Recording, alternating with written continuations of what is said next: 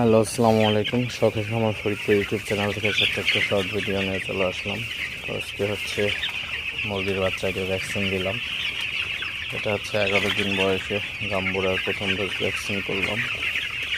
তো ভ্যাকসিন করার পর অবশ্যই মুরগির বাচ্চাগুলোকে তাড়াই দিতে হবে, যাতে পানিটা ভালোভাবে খাইতে পারে, যাতে সব বাচ্চাগুলো পানি খাইতে পারে। তো এই জন্য হচ্ছে তাড়াই দিতেন।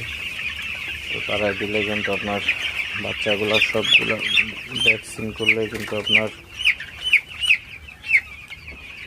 ভ্যাকসিন করলে হচ্ছে সবগুলো যাতে কার্যকর হয়, এই জন্য বাচ্চাগুলোকে অবশ্যই তাড়াই দিতে হবে।